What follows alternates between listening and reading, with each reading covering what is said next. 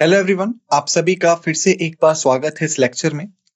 तो आज हम इस लेक्चर में बात करने जा रहे हैं ट्राइपेटाइटल स्ट्रगल की। जब भी हम प्राचीन भारत के बाद मध्यकालीन भारत की बात करते हैं या यूं कहें एंशिएंट इंडिया के बाद मेडिवल इंडिया की बात करते हैं, तो जो ट्राइपेटाइटल स्ट्रगल है यहीं से शुरुआत होती है मेडिवल इंडिया की। ठीक है, ये आप यूं कह सकते हैं कि जो प्राचीन भारत का आपका टॉपिक है गुप्ता और पोस्ट गुप्ता। ठीक है, इसके पश्चात अगर कोई डायनेस्टीज या कोई राजवंश हिंदुस्तान में हुए, भारत में हुए, तो वो ये राजवंश है जिनके बारे में हम बात करेंगे। ठीक है, और सिर्फ यही नहीं कि ये राजवंश हिंदुस्तान में थे, बल्कि हम ये भी जानने की कोशिश करेंगे कि क्यों ये सारे किंगडम्स आपस में लड़ते थे, डायनेस्टीज आपस में लड़ती थी, और क्यों ट्राइपेटाइटल स्ट्रगल इंडियन हिस्ट्री का एक बहुत ही इंपॉर्टेंट या यूं कहें महत्वपूर्ण टॉपिक है, विषय है। क्वेश्चंस जो आपके एग्जाम में पूछे जाते हैं वो यहां से भी पूछे जाते हैं, तो ये इंपॉर्टेंट हो जाता है कि हम इन चीजों को कवर करें, हम इन चीजों को समझें। तो आइए देखते हैं कि हम यहाँ पे क्या पढ़ेंगे। हम प्रतिहारास के बारे में पढ़ेंगे, हम राजकुटास के बारे में पढ़ेंगे, हम पालास के बारे में पढ़ेंगे, हम टेरिटोरियल एम्बिशंस को देखेंगे, हम इकोनॉमिक फैक्टर्स को कंसीडर करेंगे, हम मेजर बैटल्स के बारे में समझने की कोशिश करेंगे, हम कल्चरल और सोशियो इकोनॉमिक इंपैक्ट समझने की कोशिश करेंगे, हम एडमिनिस्ट्रेटिव इनोवेशन देखेंगे, तथा हम इस ट्राइपेटाइटल स्ट्रगल का अंत, लेकिन उसके बाद भी इसकी कंटिन्यू होती हुई चीजों को समझेंगे। ठीक है, तो आइए लेक्चर शुरू करने से पहले एक छोटा सा डिस्क्लेमर है जिसे हम यहाँ पे समझ लेते हैं।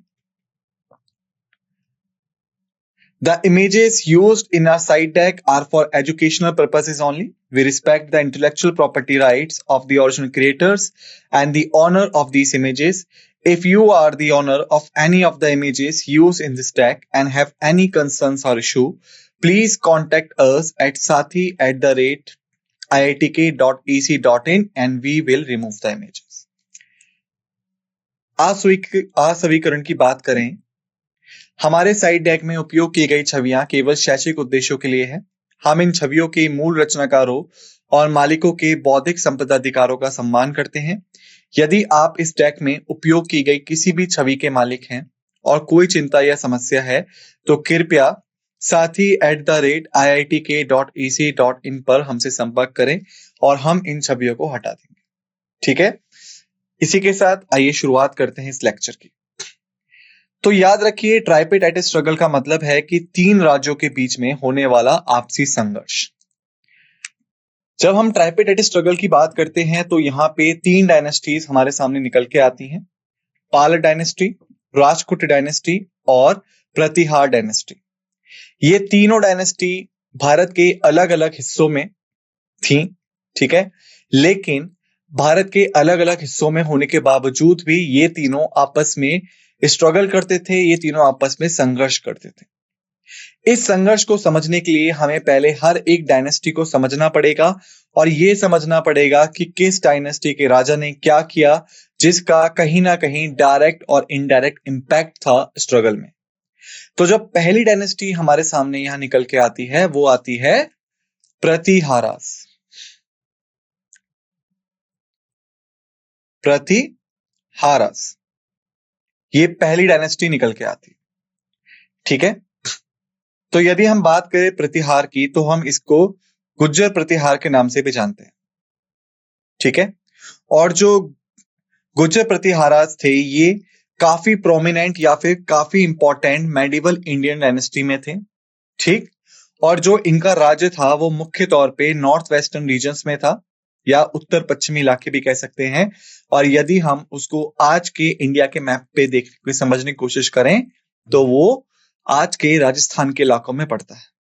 ठीक है, वहीं अगर हम इस डायनेस्टी के नाम की बात करें तो देखिए, इन्होंने जो अपना नाम है वो गुज्जर ट्राइब से निकाला था। ठीक है, जो एक गुज्जर जनजाति है हिंदुस्तान की, वहां से निकाला था।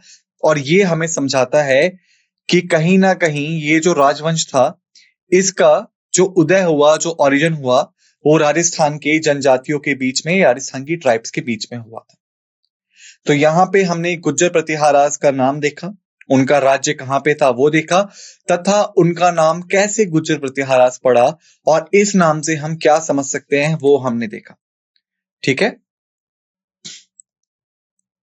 ये चीज याद रखिएगा। अब आइए आगे बढ़ते हैं। यदि हम बात करें कि मुख्य रूलर्स कौन थे या मुख्य राजा कौन थे प्रतिहारास के, ठीक है, तो जो प्रतिहार डायनेस्टी है इसको हम प्रतिहार भी कह देते हैं कई बार, और कई बार इसी को हम गुर्जर प्रतिहार भी कहते हैं। ठीक है, इन दोनों नामों में कंफ्यूज मत होइएगा, ये एक ही डायनेस्टी के नाम है। ठीक है, और इनका जो रूल था वो नॉर्थ वेस्टर्न इंडिया में था, जो आज के दिन राजस्थान में पड़ता है। ठीक है, यदि अगर हम शुरुआत करें इनके मुख्य राजाओं के साथ, पहला नाम हमारे सामने जो निकल के आता है वो आता है नागभट्ट फर्स्ट का, नागभट्ट प्रथम, जो लगभग 730 से लेके 756 बीसी तक थे। नागभट्ट जो है उन्हें ही कई बार संस्थापक माना जाता है, फाउंडर माना जाता है प्रतिहार डायनेस्टी का। ठीक है, लगभग 8वीं सदी की बात है जब नागभट्ट ने एक राजवंश की शुरुआत की जिसका नाम था प्रतिहार, और गुर्जर प्रतिहार के नाम से भी हम इसे जानते हैं। और इस राजवंश ने अपना इन्फ्लुएंस या फिर कहें अपना विस्तार करना शुरू कर दिया था। ठीक है, इसका जो ओरिजिन है वो राजस्थान में हुआ। तो जब शुरुआती दिन थे तो शुरुआती दिन में इनका जितना भी मिलिट्री कैंपेन था या फिर आप कह सकते हैं सैन्य अभियान थे, वो कहीं ना कहीं राजस्थान तक ही सीमित थे। राजस्थान में काफी जगह फैलने के बाद वो राजस्थान के आसपास की टेरिटरीज जैसे कि गुजरात या फिर हम यूं कहें कि उत्तर प्रदेश और मध्य प्रदेश के कुछ इलाकों में भी इन्होंने अपना वर्चस्व कायम करना शुरू कर दिया, अपने आप को फैलाना शुरू कर दिया। और ये सब किसके अंडर हुआ? नागभट्ट प्रथम के अंडर। नागभट्ट के बाद जो दूसरे राजा यहां निकल के आते हैं वो आते हैं भोज फर्स्ट, जिन्हें हम भोज प्रथम के नाम से भी जानते हैं। ठीक है, हालांकि याद रखिएगा नागभट्ट जो थे वो फाउंडर थे किसके? प्रतिहार डायनेस्टी के। नागभट्ट ने प्रतिहार डायनेस्टी को फाउंड किया था, लेकिन प्रतिहार डायनेस्टी की जो असली ताकत उभर के आई या कहें जिस राजा के दौरान प्रतिहार डायनेस्टी मजबूत हुई सैन्य ताकत से और बाकी चीजों से, वो भोज फर्स्ट का टाइम था।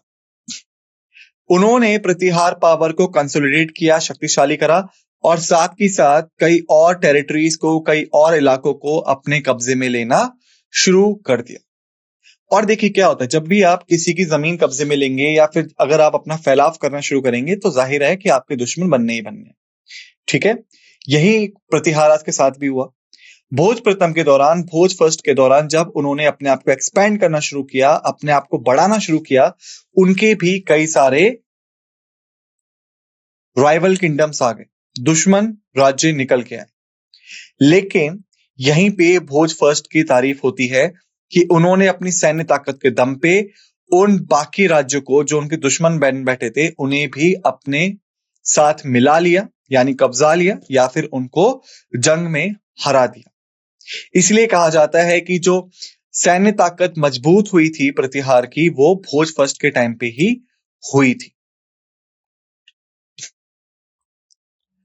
इसके बाद जो दूसरे मुख्य रूलर हैं वो है महेंद्रपाल फर्स्ट।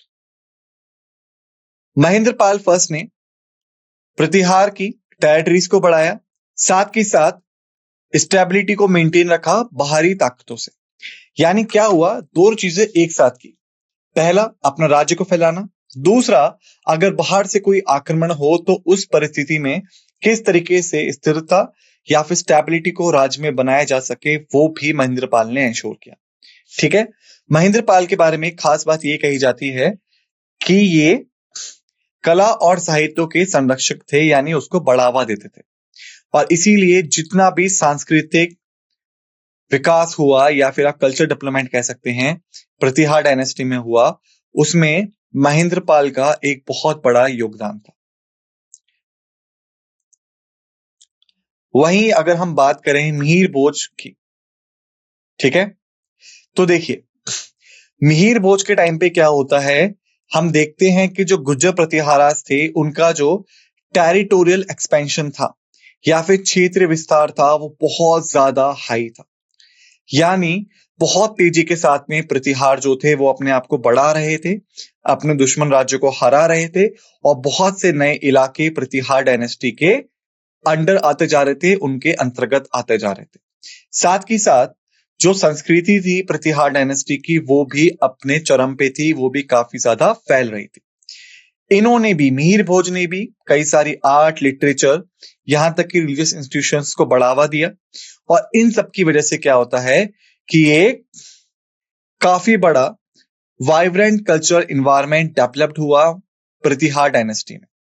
ठीक है, क्यों? क्योंकि उनकी पॉलिसी थी कि वो राज्य भी बढ़ाएंगे और साथ के साथ आर्ट, लिटरेचर एंड कल्चर को भी बढ़ावा देंगे। इनके पश्चात जो दूसरे राजा थे वो थे रानभट्ट, या रणभट्टा भी इन्हें कहा जाता है। ठीक है,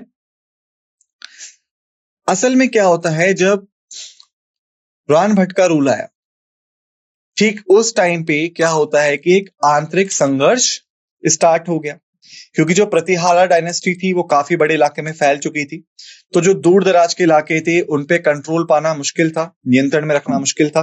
ठीक है, तो एक इंटरनल स्ट्राइफ, एक आंतरिक संघर्ष की शुरुआत हुई इनके राज्य के दौरान, लेकिन रानभट्ट ने किसी तरह का उस इलाके को अपने काबू में रखा, उस चीज को दबा दिया। ठीक है, इसी के साथ साथ इन्होंने भी कई सारे हिंदू इंस्टीट्यूशंस को, रिलीजियस इंस्टीट्यूशंस को बढ़ावा दिया, और जो आप कह सकते हैं हिंदू धार्मिक संस्थाएं थी या फिर हिंदू सांस्कृतिक प्रथाएं थी, उनको भी इन्होंने दोबारा से उनके पुनरुद्धार में योगदान दिया, उन्हें दोबारा से जीवित किया। ठीक है, तो ये जितने भी प्रतिहार डायनेस्टी के रूलर्स थे, इनका एक काफी महत्वपूर्ण योगदान था राज्य को बढ़ाने में, बाहर के खतरों से बचाने में, तथा राज्य के अंदर संस्कृति और धार्मिक चीजों को प्रोत्साहन देने में। और उनकी इन्हीं पॉलिसी से पॉलिटिकल और कल्चरल लैंडस्केप जो था मध्यकालीन भारत का, वो काफी ज्यादा शेप अप हुआ। ठीक है, और खासकर अगर हम बात करें नॉर्थ वेस्टर्न रीजन्स की, जो कि राजस्थान के आसपास पड़ता है, वहां पे तो क्यों? क्योंकि वहां पे इनका डायरेक्ट रूल था। वहीं अगर हम बात करें सैन्य ताकत की या फिर राजनीतिक ताकत की, तो देखिए जो प्रतिहारास थे वो अपनी फॉर्मिडल मिलिट्री पावर के लिए बहुत ज्यादा मशहूर थे। उन्होंने काफी ज्यादा टेरिटरीज को डिफेंड किया और काफी ज्यादा टेरिटरीज को कब्जे में लिया। ठीक है, उन्होंने स्किल्ड कमांडर्स को अपनी मिलिट्री में रखा, ताकि जो मिलिट्री स्ट्रेटजीज हैं वो काफी ज्यादा इफेक्टिव हो, और मिलिट्री के दम पे उन्होंने अपनी डोमिनेंस या अपने प्रभुत्व को बना के रखा उस पूरे इलाके में। वहीं अगर हम बात करें राजनीतिक गठबंधन की, स्ट्रेटेजिक अलायंसेस की, तो देखिए उन्होंने ना सिर्फ फोकस किया राज्य को कब्जाने में, बल्कि जो बाकी रीजनल पावर्स थी या फिर लोकल रूलर्स थे, उनके साथ राजनीतिक गठबंधन बना के रखे, ताकि उनकी उत्तरी भारत में पकड़ मजबूत रहे। उनके साथ जो उनके गठबंधन थे, उन्होंने उन्हें काफी ज्यादा मदद की कि वो मुख्य ट्रेड रूट्स या व्यापारिक मार्गों को अपने कंट्रोल में रखें। साथ ही साथ उनके डोमेन में जितने भी एरियाज थे वहां पे राजनीतिक स्थिरता या पॉलिटिकल स्टेबिलिटी बनी रहे।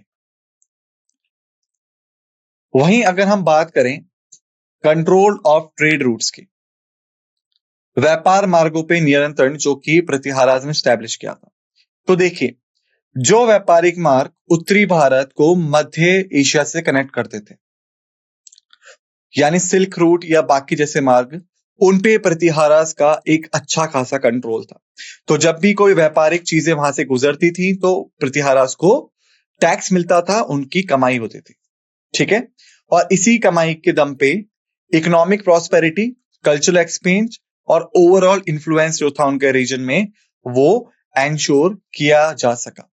वहीं अगर हम बात करें कल्चरल कॉन्ट्रीब्यूशंस की, जो कि प्रतिहारास की थी, तो देखिए आर्ट और आर्किटेक्चर को उन्होंने काफी ज्यादा बढ़ावा दिया। जैसे कि उन्होंने कई सारे मंदिर बनवाए और कई सारे स्मारक बनवाए, जहां पे उनकी आर्ट एंड आर्किटेक्चर की पैट्रोनेज साफ दिखाई देती है। और यदि हम बात करें ऐसे कुछ खास जगहों की, तो खजुराहो हो गया जो मध्य प्रदेश में है, एलोरा हो गया जो महाराष्ट्र में है। ये दिखाता है architectural patronage and aesthetic sensibility जो कि प्रतिहारास के टाइम पे एग्जिस्ट करती थी।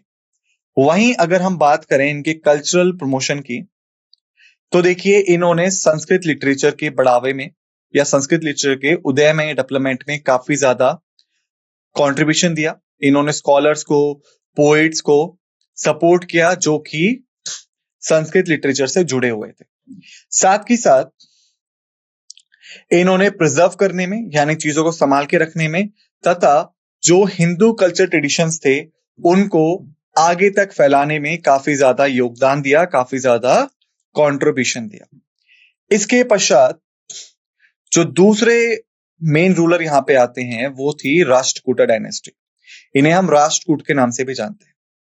अगर हम बात करें राष्ट्रकूट की, तो ये एमरजेंस कैसे हुआ, इनका उद्भव कैसे हुआ तथा ये किस इलाके पे राज करते थे।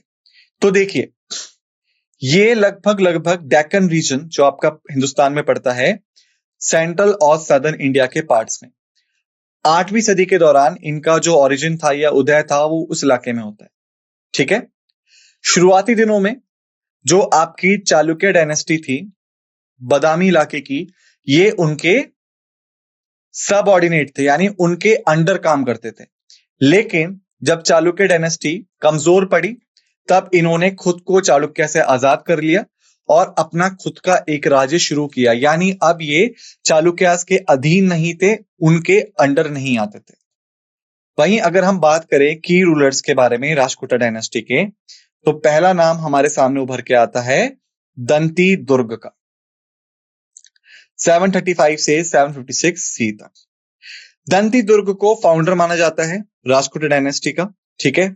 इन्होंने चालुक्यास को उखाड़ फेंका और चालुक्यास के इलाकों पे और डेक्कन रीजन पे अपना खुद का राज स्टैब्लिश किया, जिसको हम राष्ट्रकूटास राजवंश के नाम से जानते हैं।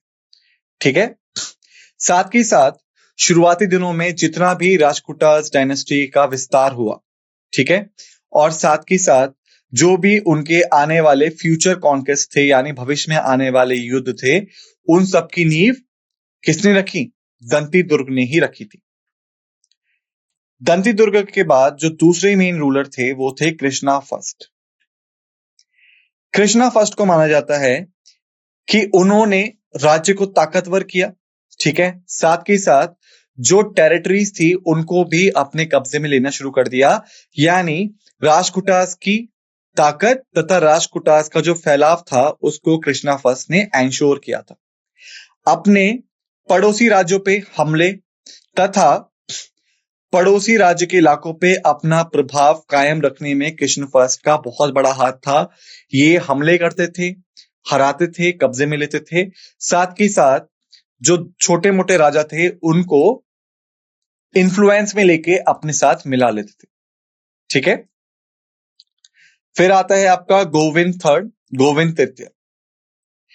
गोविंद तृतीय को अपनी सैन्य ताकत तथा अपने कई सारे सफल सैन्य अभियानों के लिए जाना जाता है, जो किसके खिलाफ थे? पालास और प्रतिहारास के।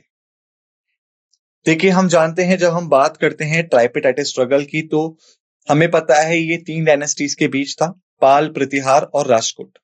ठीक है। तो अगर हम राष्ट्रकूट की बात कर रहे हैं तो राष्ट्रकूट का मुकाबला बाकी 2 से होगा, पालास और प्रतिहारास से।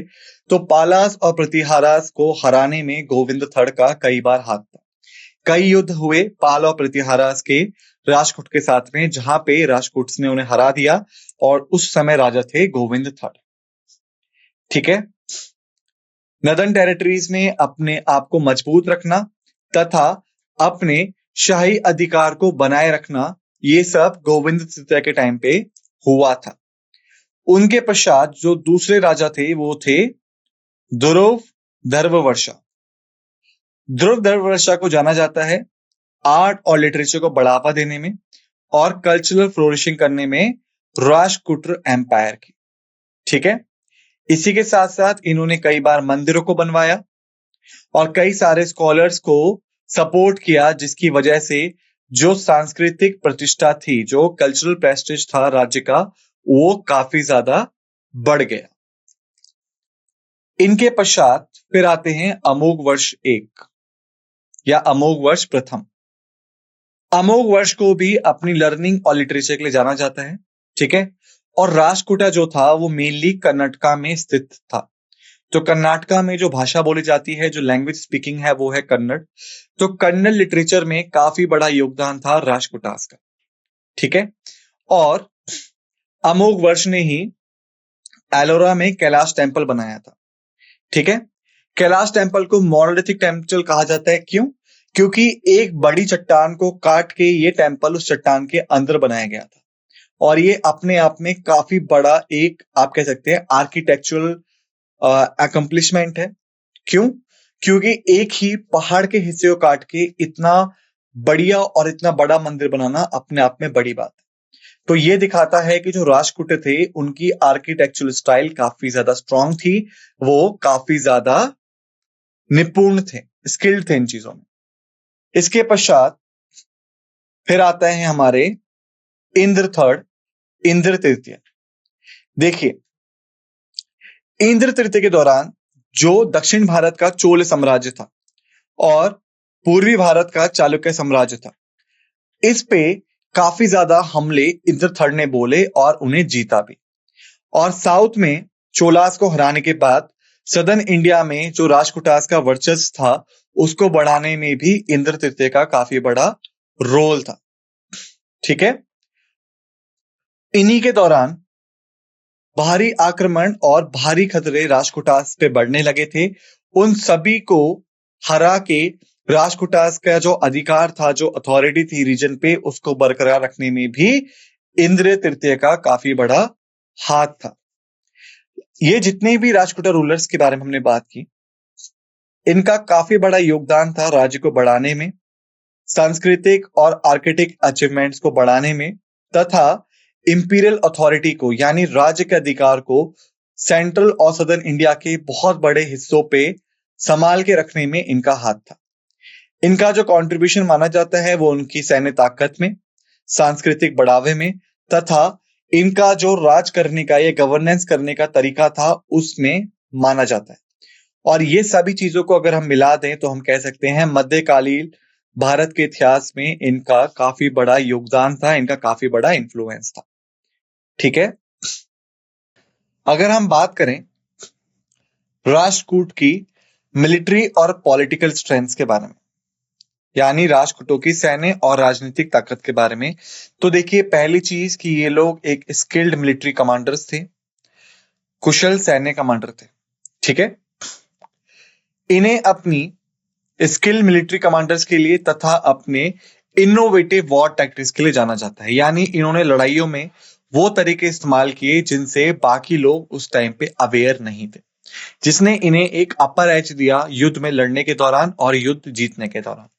कई सारी स्ट्रेटजीज को, कई सारी आप कह सकते हैं रणनीतियों को उन्होंने अपनाया, जैसे कि कैवलरी हो गया आपका, घुड़सवार, इन्फेंट्री हो गया, पैदल सैनिक, तथा हाथियों का काफी बड़ी मात्रा में इस्तेमाल किया गया। तो जब इतनी बड़ी फौज इन सब चीजों के साथ मैदान में उतरती थी तो दुश्मन राज्य काफी ज्यादा हार, आप कह सकते हैं, काफी ज्यादा घबराते थे और हार का उन्हें सामना करना पड़ता था। साथ ही साथ अगर आप इनकी टेरिटरी को देखेंगे साउथ इंडिया की, ठीक है, तो साउथ इंडिया की टेरिटरी है वो काफी ज्यादा समतल नहीं है, काफी ज्यादा आप कह सकते हैं प्लेन नहीं है, वो उबड़ खाबड़ है, डिफिकल्ट टेरेंट्स है। डिफरेंट टेरेंट्स पे कैसे कैसे लड़ना है ये सब इन्होंने सीखा था, जिसकी वजह से ओवरऑल आप कह सकते हो कि इनकी जो सैन्य ताकत थी वो काफी ज्यादा स्ट्रांग थी। कैवलरी, इन्फेंट्री और एलिफेंट के साथ लगभग हर तरह की भूभाग में, हर तरफ की टेरेन में ये लोग लड़ सकते थे, जिसकी वजह से इनके जो मिलिट्री कैंपेन्स थे वो काफी ज्यादा सक्सेसफुल रहे और जिसकी वजह से इन्होंने काफी बड़े इलाके को अपने कब्जे में ले लिया, ठीक है। वहीं हम बात करें control of territories and trade routes की, यानी क्षेत्रों पे काबू और ट्रेड रूट्स को कंट्रोल करना, तो देखिए, राष्ट्रकूटास ने काफी ज्यादा एग्रीकल्चर लैंड्स को जो कि डेक्कन प्लेट्यू में थे उन्हें अपने अंडर ले लिया था, जिसकी वजह से इनकी जो इकोनॉमिक स्ट्रेंथ थी, जो आर्थिक स्थिति थी, उसको बढ़ावा मिला। साथ ही साथ कई सारे संसाधन और रिसोर्सेस उनको अपने एम्पायर के लिए प्राप्त हुए। वहीं पे जो साउथ इंडिया को लिंक करने वाले काफी सारे ट्रेड रूट्स थे, जो साउथ इंडिया को पश्चिमी कोस्ट से लिंक करते थे, उस पे इन्होंने अपना काबू रखा, अपना कब्जा रखा। ठीक है, जिसकी वजह से जब विदेशी व्यापार था वो शुरू हुआ तो काफी ज्यादा कल्चरल एक्सचेंजेस देखने को मिलते हैं। साथ ही साथ विदेशी व्यापार से इन्हें काफी अच्छी इनकम होती थी, जिसकी वजह से इनकम या इकोनॉमिक प्रॉस्पेरिटी भी हमें यहाँ देखने को मिलती है, प्राप्त होती है। वहीं अगर हम बात करें एडमिनिस्ट्रेटिव एफिशिएंसी की, प्रशासनिक दक्षता की, तो देखिए राजकूट्स ने एक एफिशिएंट एडमिनिस्ट्रेटिव सिस्टम्स की शुरुआत की थी इतने बड़े एम्पायर को संभाल के रखने में। ठीक है, जो रीजनल गवर्नर्स थे या वायसरायज थे, इन्होंने उन्हें अपॉइंट किया। ठीक है, ताकि वो लोकल गवर्नेंस का ध्यान रखें, लोकल गवर्नेंस को सिस्टम। देखिए क्या था कि राजकूट सी जानते थे कि अकेला राजा इतने बड़े एम्पायर पे पूरी तरीके से नजर नहीं रख सकता, तो उन्होंने क्या करा, उन्होंने रीजनल गवर्नर्स को एम्प्लॉय किया, या आप कह सकते हैं वायसरायज को एम्प्लॉय करना शुरू कर दिया। वायसराय जो थे, इनके पास पूरी ताकत होती थी राज्य को मेंटेन करने में, मिलिट्री को मेंटेन करने में और लॉ एंड ऑर्डर को बनाए रखने में। ठीक है, जिसकी वजह से राजकूट्स इतने बड़े राज्य पे नजर रख सकते थे। और यही नहीं, ये जो वायसरायज थे, रिसोर्स के मैनेजमेंट में और टैक्सेशन में भी इनका इंपॉर्टेंट रोल था। तो जब ये छोटे से इलाके को कंट्रोल करते थे और इतने सारे मिलके पूरे के पूरे राज्य को कंट्रोल करते थे, तो राजकुटास का जो एडमिनिस्ट्रेशन था वो काफी ज्यादा एफिशिएंट बन जाता था। ठीक है, फिर आता है हमारा कल्चरल कंट्रीब्यूशन ऑफ द राजकुटास। तो देखिए संस्कृति में इनका क्या योगदान था। ये पैट्रोन्स थे किसके, आर्ट और आर्किटेक्चर के। ठीक है, इन्होंने कई सारे केव टेम्पल्स को बनवाया और स्कल्पचर्स को बनवाया, यानी गुफा में मंदिरों को बनवाया और कई सारी मूर्तियों को बनवाया। ठीक है, जिसमें से कैलाश टेम्पल बहुत फेमस है, जिसे किसने बनाया था, अमोघ वर्ष ने बनवाया था। ठीक है, कैलाश टेम्पल किसके लिए है, शिव भगवान के लिए है। और ये मोनोलिथिक है, क्यों, क्योंकि एक बड़ी चट्टान को काट के ही इतना बड़ा मंदिर वहां बनाया गया है, वहां कुछ भी और बाहर से नहीं लाया गया। ठीक है, तो ये दिखाता है कि ये आर्किटेक्चुरल में काफी ज्यादा स्किल्ड थे, निपुण थे, तथा ये काफी ज्यादा रिलीजियस भी थे, यानी काफी ज्यादा धार्मिक भक्त भी थे। वहीं अगर हम बात करें इनके कल्चरल कंट्रीब्यूशन की, तो देखिए पहला आता है हमारा promotion of language and literature, भाषा और साहित्य को बढ़ावा देना। क्योंकि जो राजकुटास का राज्य था वो कर्नाटका के इलाकों में स्टैब्लिश था, तो जो लोकल लैंग्वेज थी वहां की कन्नड़ लैंग्वेज, उसको बढ़ावा देने में इनका बहुत बड़ा हाथ था, लिटरेचर को बढ़ावा देने में बहुत बड़ा हाथ था, तथा जो लोकल कल्चर था वहां का, जो लोकल संस्कृति थी वहां की, उसको दोबारा से डेक्कन रीजन में फैलाने में राजकुटास का बहुत बड़ा हाथ था। इन्होंने उन स्कॉलर्स एंड पोइट्स को बढ़ावा दिया जो कि कन्नड़ लिटरेचर में बात करते थे। इसी वजह से ना सिर्फ कन्नड़ लिटरेचर का प्रस्ताव हुआ, बल्कि जो इंटेलेक्चुअल डिस्कोर्स था या जो बौद्धिक विमर्श का विकास था कन्नड़ लैंग्वेज में, वो भी काफी ज्यादा प्रोत्साहित किया गया, उसमें भी काफी बढ़ावा दिया गया। अब इसके बाद जो तीसरी या फिर आखिरी डायनेस्टी थी ट्राइपेटाइट स्ट्रगल की, वो थे पालास। ठीक है, पाल।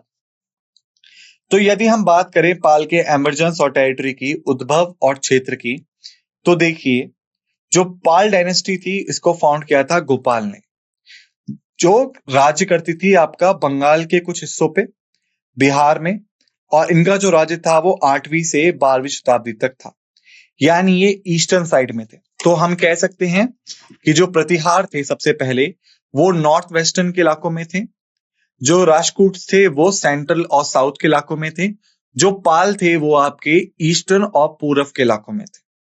ठीक है, पूर्वी भारत की एक बहुत ही बड़ी ताकत के रूप में पाल उभर के आए थे। शुरुआती दिनों में इनकी जो कैपिटल थी वो गौड़ में थी, जो कि आज आपका वेस्ट बंगाल में पड़ता है। वहीं अगर हम बात करें की रूलर्स के बारे में, पालास के या पाल वंश के प्रमुख शासक के बारे में, तो देखिए जो पाल थे जिन्होंने बंगाल के और बिहार के बहुत बड़े हिस्से पे 8वीं से 12वीं शताब्दी तक रूल किया, उसके कई सारे इंपॉर्टेंट की रूलर्स थे जिनका काफी अच्छा इन्फ्लुएंस था इस डायनेस्टी पे, तथा इस डायनेस्टी के सांस्कृतिक और राजनीतिक लैंडस्केप को बढ़ाने में भी इनका काफी बड़ा हाथ था, काफी बड़ा योगदान था।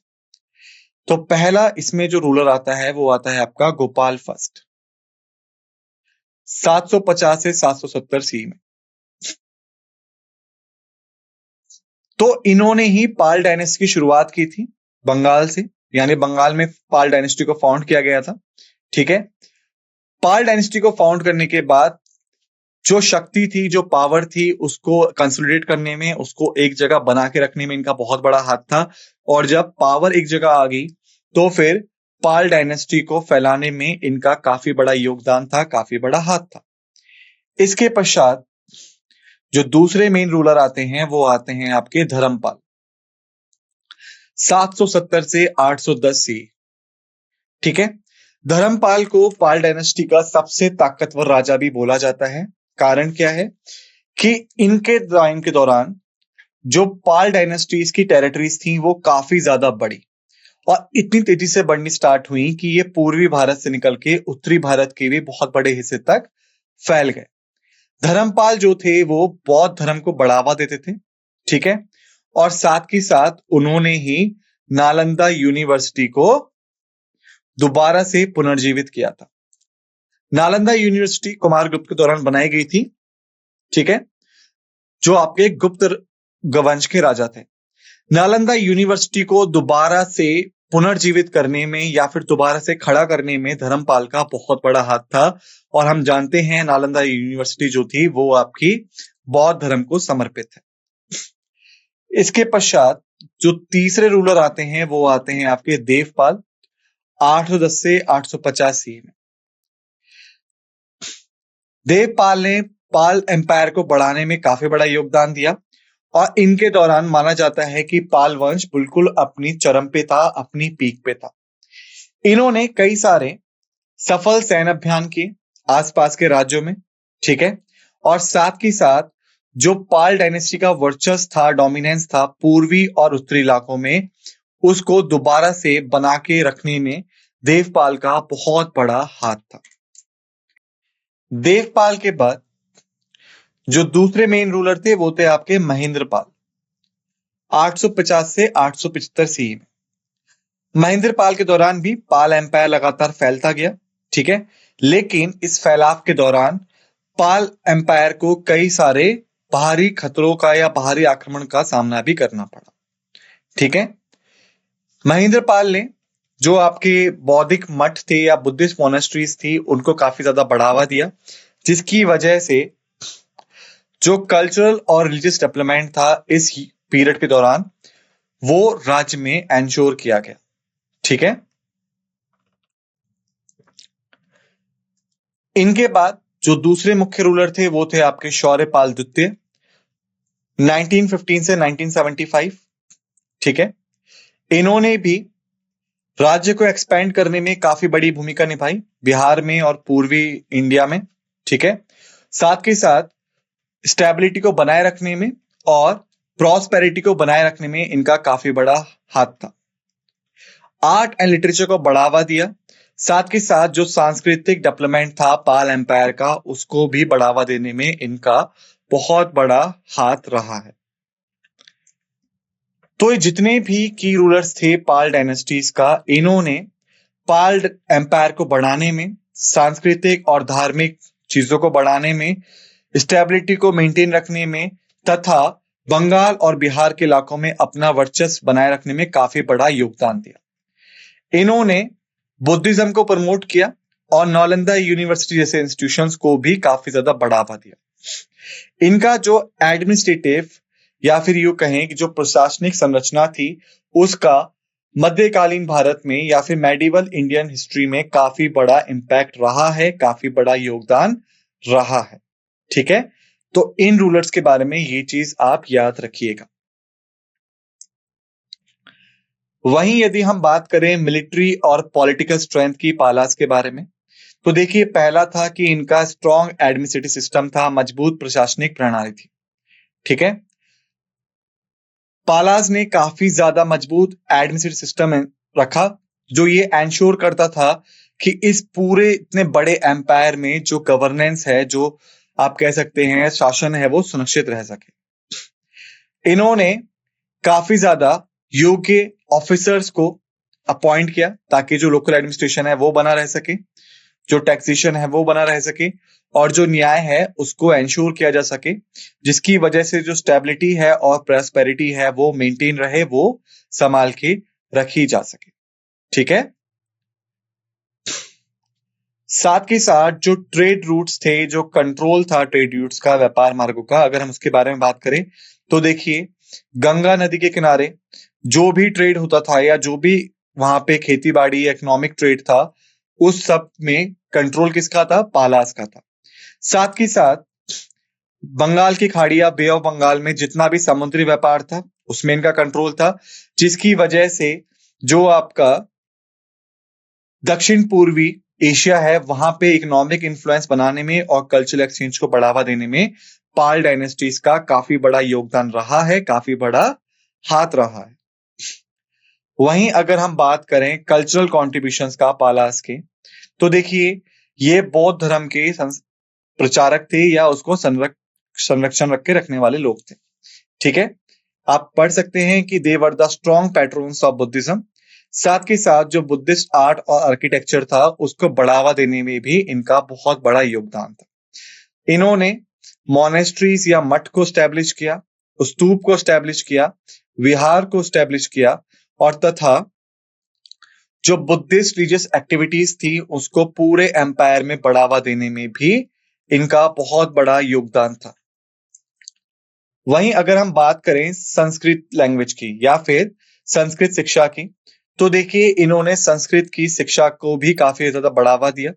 नालंदा और नालंदा विक्रमशिला ऐसी यूनिवर्सिटीज में संस्कृत पढ़ाई जाने लगी और उसको बढ़ावा देने वाले कौन थे? पालास थे। ठीक है।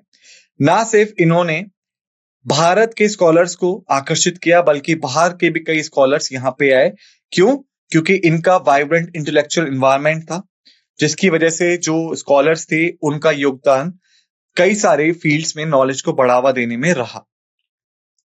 वहीं अगर हम अब बात करें टेरिटोरियल एम्बिशंस के बारे में, तो यदि हम टेरिटोरियल एम्बिशंस की बात करें या क्षेत्रीय महत्वाकांक्षाओं की बात करें, तो इसमें जो पहली चीज हमारे पास है वो है प्रतिहारा के बारे में। यानी हम पहले बात करते हैं प्रतिहार के बारे में कि उनकी एम्बिशंस क्या थी। तो देखिए जो ज्योग्राफिकल बेस था या फिर जो भूगोलिक आधार था प्रतिहारास का,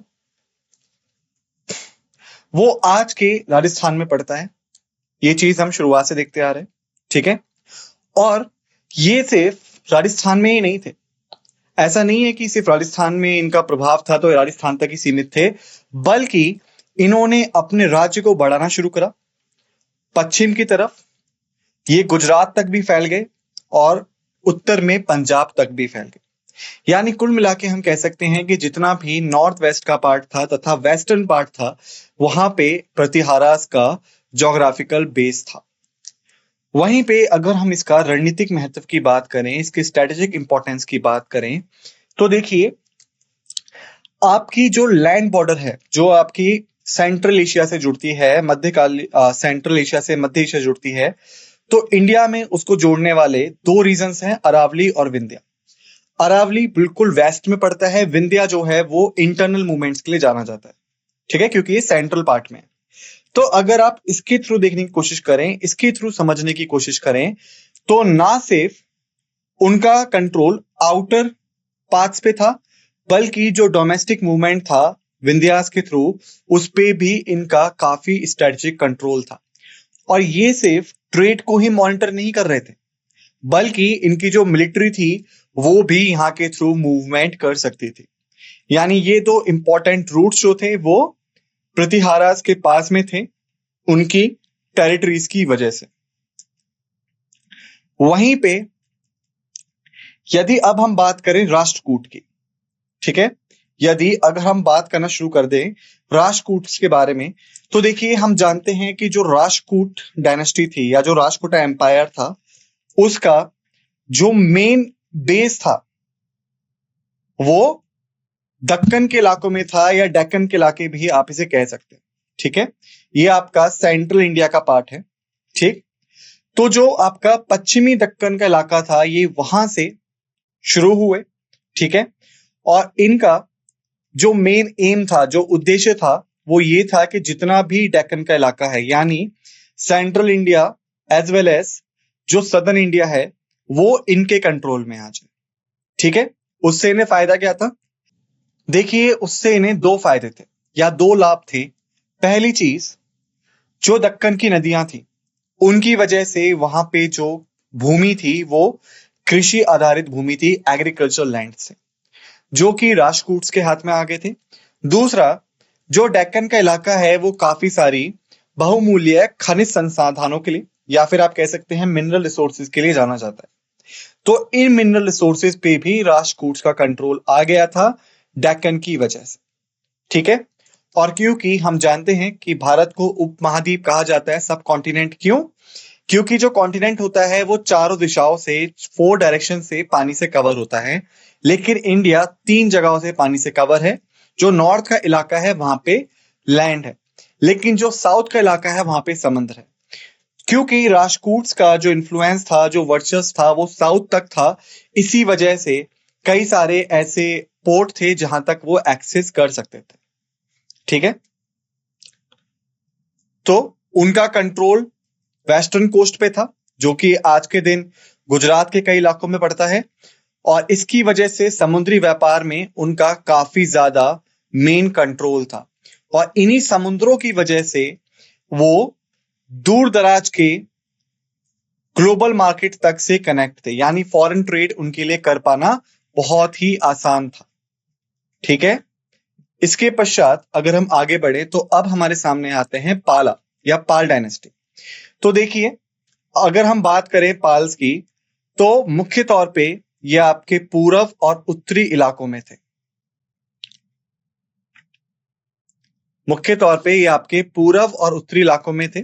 ठीक है, खास तौर पे बंगाल और उसके बाद बिहार के कुछ इलाकों में। इनका जो मेन एम था वो ये था कि बिहार अगर पूर्व में पड़ता है तो ये पश्चिम की तरफ यानी वेस्टवर्ड अपना इन्फ्लुएंस खड़ा करे, जिससे कि उत्तरी भागों में इनका वर्चस्व हो जाए, और साथ ही साथ जो गैंगेटिक प्लेन्स हैं, जो गंगा के मैदान हैं, वहां तक इनका कंट्रोल हो जाए। क्यों? क्योंकि जो गंगा के मैदान है, जो नदी है, वो ना सिर्फ जहाजों के रास्ता प्रोवाइड करती थी, बल्कि जो भूमि थी वहां की वो काफी ज्यादा उपजाऊ भी थी। तो दोनों ही तरीके से इनका फायदा था, व्यापार में भी और कृषि में भी। और यही इनकी खास बात भी रही, the control over the river roots, नदी के मार्गों पर नियंत्रण।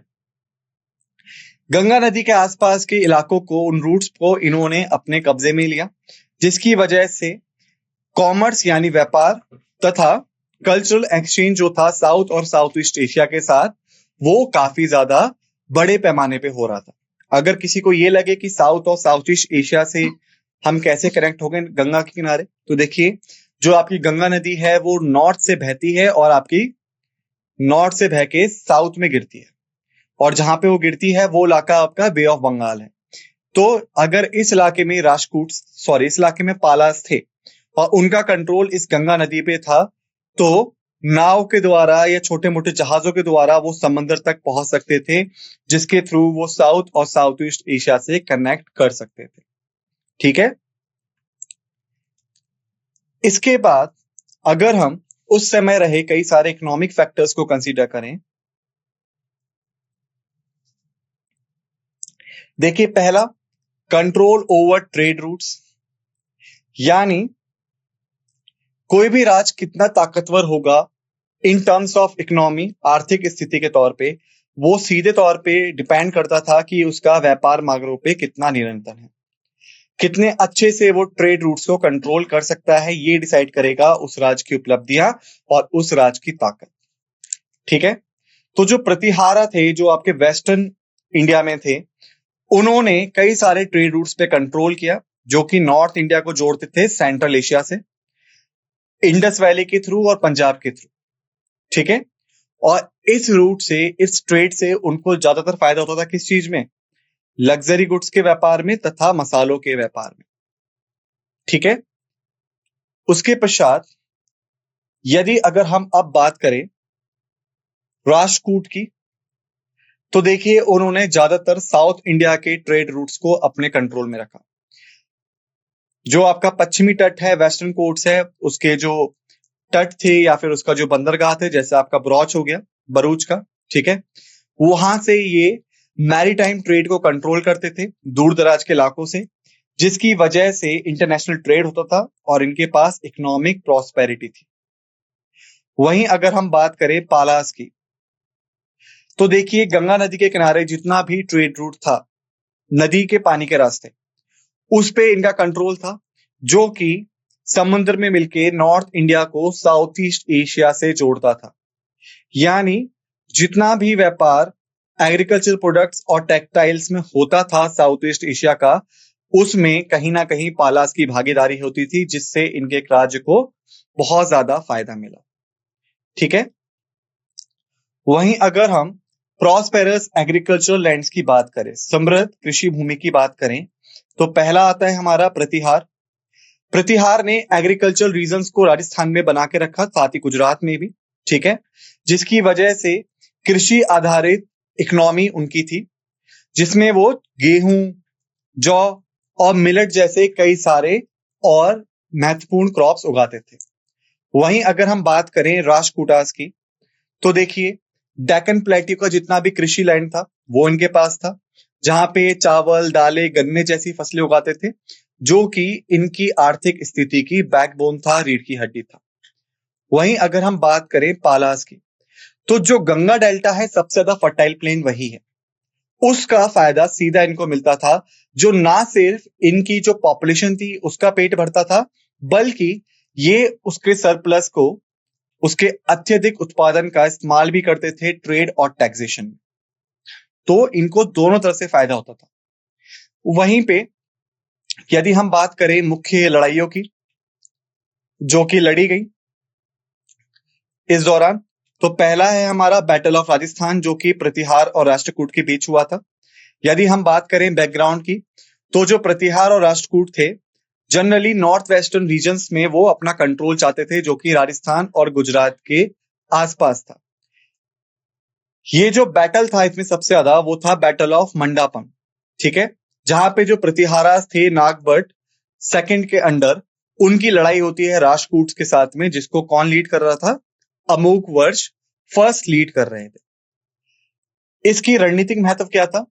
जो भी इस लड़ाई को जीतता, नॉर्थ इंडिया और सेंट्रल एशिया को कनेक्ट करने वाले ट्रेड रूट्स को, जो कि राजस्थान और गुजरात से होके आते हैं, उस पे उसका नियंत्रण हो जाता। ठीक है। अब हम इसके आउटकम की बात करें, तो देखिए अब तक किसी को भी परिणाम स्वरूप जीत नहीं मिली, यानी दोनों ही इक्वल थे। ठीक है। जिसकी वजह से क्या हुआ कि दोनों ही साम्राज्य बैलेंस ऑफ पावर के तौर पे चले गए, ना राष्ट्रकूट जीते ना प्रतिहारा जीते। ठीक है। और इसी वजह से जितना इलाका उनके पास था, उन्होंने उसी पे फोकस करना शुरू कर दिया, ना कि दोबारा लड़ाई की तरफ भागे। दूसरी जंग थी बैटल ऑफ कन्नौज। देखिए कन्नौज जो है वो आज के दिन उत्तर प्रदेश में पड़ता है, और पॉलिटिकल पावर के लिए उस टाइम पे वो एक काफी बड़ा सिंबल था, यानी जिसके पास कन्नौज है वो बहुत ताकतवर माना जाता था, क्योंकि कन्नौज से पूरे नॉर्थ इंडिया पे नियंत्रण रखना आसान था। तो ये जो जंग थी ये प्रतिहार वर्सेस राष्ट्रकूट हो गई, राष्ट्रकूट और प्रतिहारा के बीच हुई। ठीक है। जो कि इस इलाके को कब्जा के पूरे नॉर्थ इंडिया में अपना वर्चस्व, अपना इन्फ्लुएंस काबू रखना चाहते थे। ठीक है। इस जंग के दौरान प्रतिहारास को लीड कर रहे थे रामभद्र। ठीक है। और राष्ट्रकूट को लीड कर रहे थे गोविंद थर्ड। इसकी वजह से क्या होता है, जो राष्ट्रकूट थे वो जीतते हैं। ठीक है। और राष्ट्रकूट के जीतने के बाद उन्होंने प्रतिहार को कन्नौज से बाहर फेंक दिया, जिससे प्रतिहार का जो वर्चस्व था नॉर्थ में वो कम हो गया। ठीक है। अगर हम इन लड़ाइयों के प्रमाण की बात करें कि इनका प्रमाण क्या था, देखिए अगर हम प्रतिहारास की बात करें, भले ही उन्हें कन्नौज में हार का सामना करना पड़ा, लेकिन राजस्थान और सेंट्रल इंडिया के पार्ट में वो अब भी बहुत ज्यादा डोमिनेंट थे। उन्होंने कई सारी स्ट्रेटजीज अपनाई जिसके थ्रू उनका जो मेन साम्राज्य था उस पर उन्होंने काबू रखा। साथ ही साथ जो उन्होंने रणनीतिक निश्चय बनाए थे उस पर भी उन्होंने काबू बरकरार रखा। वहीं अगर हम बात करें राष्ट्रकूट्स की, तो अपनी जीत के बाद राजस्थान और कन्नौज में उन्होंने साउथ इंडिया पे फोकस करना स्टार्ट किया और डेक्कन में अपने राज्य को और ज्यादा मजबूत बना लिया। वहीं अगर हम बात करें पाल की, जो पाल थे वो नॉर्थ इंडिया की लड़ाइयों में डायरेक्टली इन्वॉल्व नहीं थे। क्यों? क्योंकि वो पूरब के इलाकों में ज्यादा फोकस करते थे, बंगाल और बिहार के। ठीक है, इसीलिए उन्होंने सिर्फ अपने इलाके के एडमिनिस्ट्रेशन रिफॉर्म्स पे ध्यान दिया और साथ ही साथ जो बुद्धिज्म का प्रचार था उस इलाकों में उस पे फोकस करना शुरू कर दिया। वहीं अगर हम इनके लॉन्ग टर्म इफेक्ट्स की बात करें, तो देखिए इन लड़ाइयों की वजह से जो रीजनल पावर्स थी, जो क्षेत्रीय ताकतें थी, उनमें हमें काफी बड़ा बदलाव देखने को मिलता है। ठीक है, यहां पे इन लड़ाइयों की वजह से जो मिलिट्री पावर्स थी वो इंक्रीज हुई, जो रणनीतिक रिश्ते थे वो इंक्रीज हुए। साथ ही साथ जो मुख्य शहर और ट्रेड रूट्स थे वहां पे एम्पायर्स ने सिक्योरिटी को मजबूत किया ताकि ना सिर्फ उनका राज्य बना रहे बल्कि वहां पे ट्रेड एंड कॉमर्स भी अफेक्ट ना हो। वहीं अगर हम अब बात करें cultural and socio economic impact की, तो जो हमारे प्रतिहार थे, अगर हम उनके टेम्पल आर्किटेक्चर की बात करें तो देखिए उन्होंने कई सारे मंदिर बनवाए, जैसे कि खजुराहो हो गया या फिर आपका ओसियान के मंदिर हो। ठीक है, वहीं अगर हम मूर्ति कला की बात करें तो उनके मंदिरों में उन्होंने कई तरह की मूर्तियां रखवाई जो कि ना सिर्फ देवी देवताओं को दर्शाती थी बल्कि कई सारे दिव्य दर्श और आम जन की जिंदगी को भी दर्शाते थे। वहीं अगर हम उनके साहित्यिक योगदान की बात करें तो देखिए सिग्निफिकेंटली संस्कृत भाषा में उन्होंने काफी ज्यादा योगदान दिया। ठीक है, और कई सारे स्कॉलर्स और पोएट्स जो संस्कृत भाषा से वास्ता रखते थे, इनके राज्य के दौरान उनकी काफी पैट्रोज उन्हें मिला। राजकुटास की बात करें, एलोरा केव्स की, तो देखिए जो मोनालिथिक कैलाश टेम्पल था जो कि भगवान शिव को समर्पित है, वो राजकुटास के टाइम पे ही बनाया गया, जिसको अमोघ वर्ष फर्स्ट ने बनवाया था। और ये दिखाता है कि उनके पास स्किल्ड आर्किटेक्चरल स्टाइल्स थे। वहीं अगर हम मूर्ति कला की बात करें तो देखिए उनके मंदिरों में आपको बहुत सुंदर सुंदर मूर्तियां देखने को मिलेंगी। यही नहीं, उन्होंने गुफाओं में भी कई मंदिर बनवाए जहां पे उन्होंने ऐसी मूर्तियां रखवाई जो हिंदू देवताओं को दर्शाती हैं, कई सारे पौराणिक कथाओं को दर्शाती हैं और साथ ही साथ उन पे कई सारे हीरे मोती जड़वाए गए जो दिखाते थे कि राजा महाराजाओं ने उन मूर्तियों को बनवाया।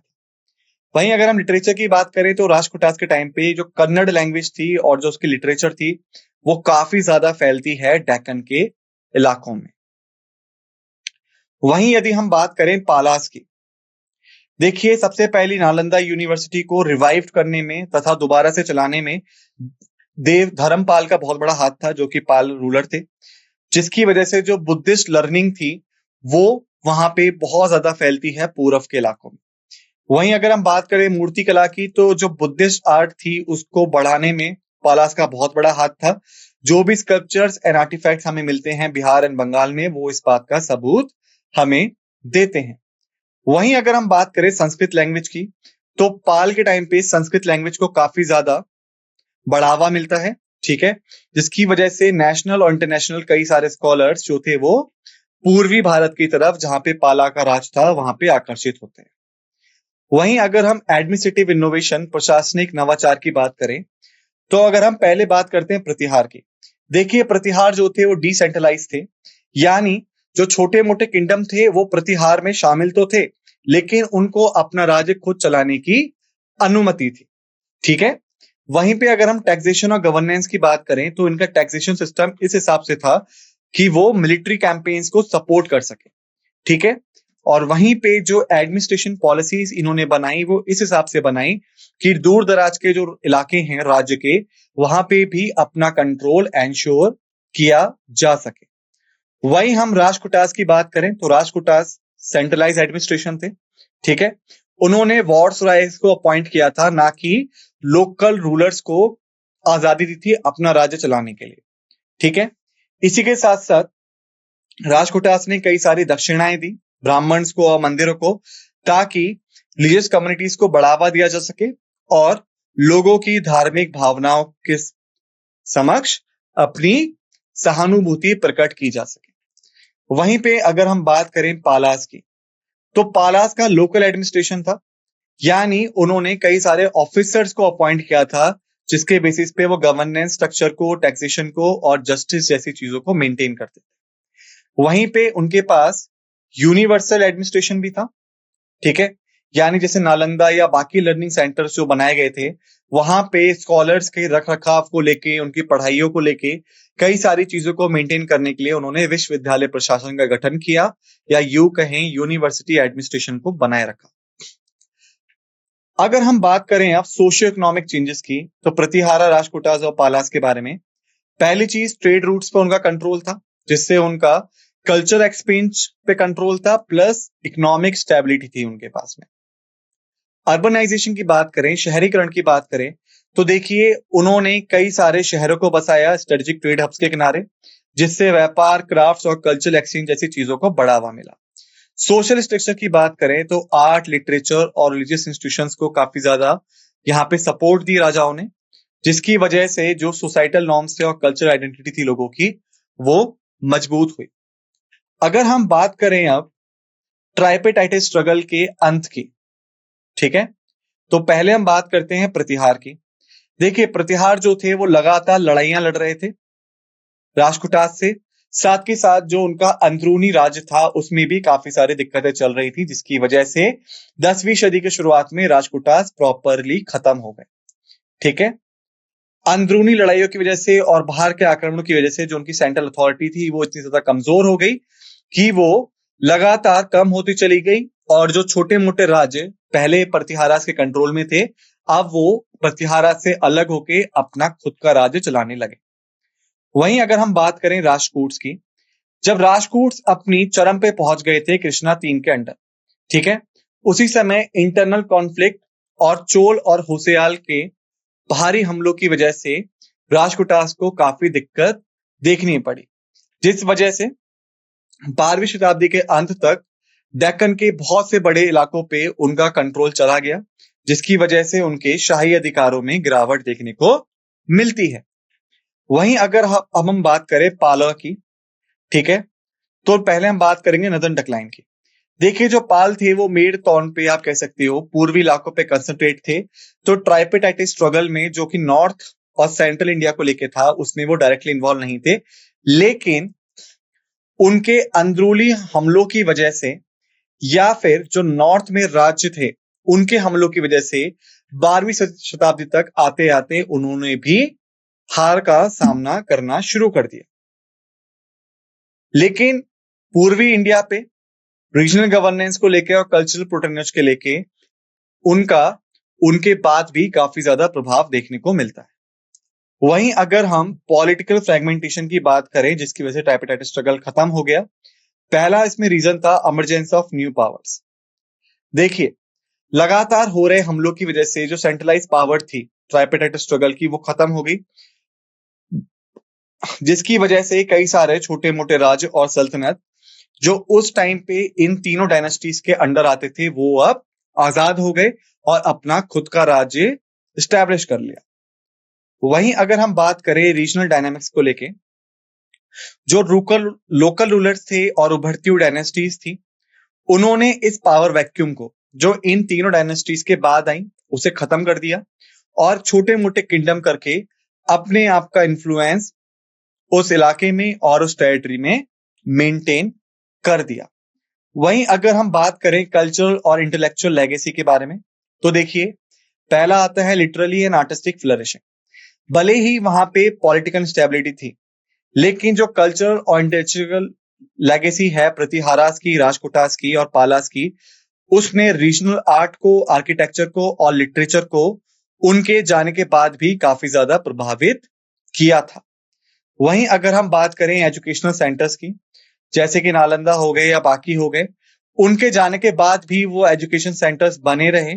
कई सारे स्कॉलर्स देश विदेश से यहाँ पे आते थे और यहाँ से ज्ञान लेके, नॉलेज लेके बाकी एशिया के इलाकों में फैलाते थे।